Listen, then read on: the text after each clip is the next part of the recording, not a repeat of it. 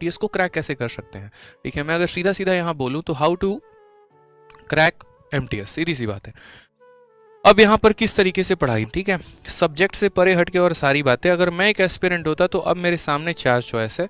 पहला यहाँ पर है कि मेरा मैथ्स भी है, दूसरा यहाँ पर ये है ठीक है कि मुझे रीजनिंग भी पढ़ना है, तीसरा मेरे पास ये भी है कि इंग्लिश भी पढ़ना है, और चौथा मेरे पास ये भी है कि जीएस भी पढ़ना है।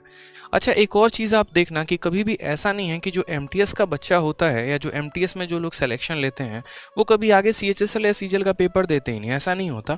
कई ऐसे लोगों को मैंने देखा है कि एमटीएस में सेलेक्ट होने के बाद भी सीजीएल में इनकम टैक्स इंस्पेक्टर के पोस्ट पे लगे हैं। तो वो पोस्ट पे तभी लग पाएंगे जब उनके चारों सब्जेक्ट या चारों स्तंभ बहुत तगड़े होंगे।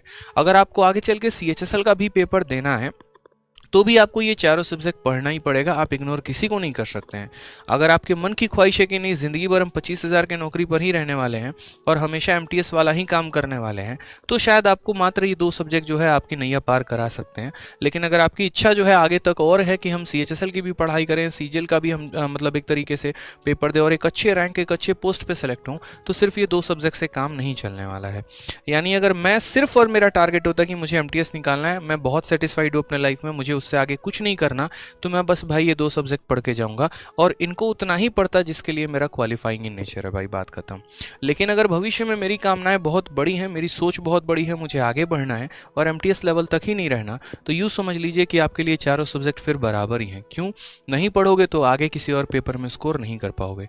जैसे बच्चे पूछते हैं कि सर आपके पास 5-5 गवर्नमेंट जॉब कैसे आ गया, तो मैं हमेशा एक बात बोलता हूँ कि जिस दिन आपका भी सिलेबस कंप्लीट हो जाएगा और बहुत अच्छी तरीके से आपको अपने सब्जेक्ट पर कमांड हो जाएंगे ना, उस दिन आपके भी यहाँ पर जो है 5-5 सरकारी नौकरियाँ लग जाएगी। कोई बहुत बड़ी बात नहीं है, लेकिन उसके लिए ईमानदारी से इन सभी सब्जेक्ट को पढ़ना होता है।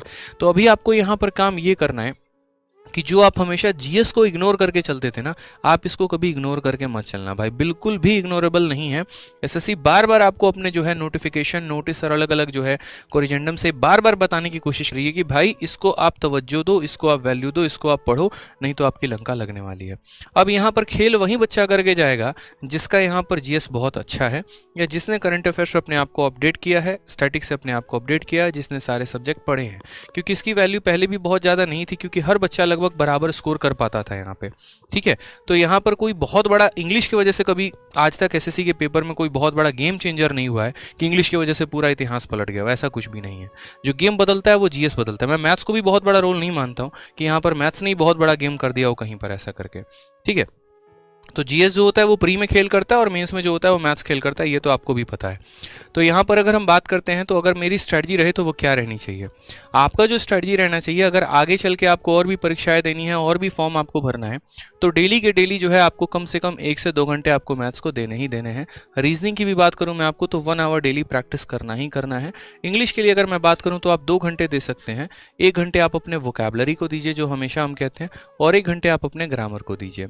साथ में जीएस की भी अगर हम बात करते हैं तो जीएस में अब आपको कम से कम 2 से 3 घंटे देने की जरूरत है, और इन 3 घंटों को आपस में बांट लीजिएगा, ठीक है। 1 घंटा जो है आप अपना यहाँ पर करंट अफेयर के लिए प्रैक्टिस करिएगा, 1 घंटा जो है आप यहाँ पर स्टैटिक के लिए दीजिएगा, और 1 घंटे में आप यहाँ पर किसी सब्जेक्ट के लिए, जैसे मान लीजिए कि पहले हिस्ट्री खत्म कर लिया, फिर पॉलिटी, फिर ज्योग्राफी, फिर इकोनॉमिक्स, इस तरीके से कर करके हमें डिस्ट्रीब्यूशन देना है।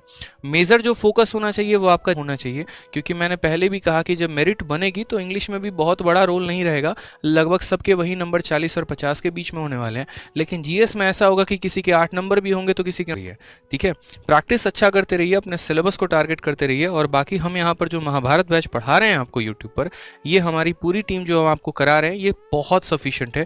इससे बाहर एमटीएस में पढ़ने के लिए कुछ और आवश्यकता नहीं है, ना ही कोई पेड कोर्स लेने की जरूरत है, ना ही कुछ और। हमारे वीडियोस को आप देखिए अच्छे तरीके से, एमटीएस के लिए आपका उतना इनफ हो जाएगा, ठीक है भाई। समझ में आ रहा है बात यहाँ पे?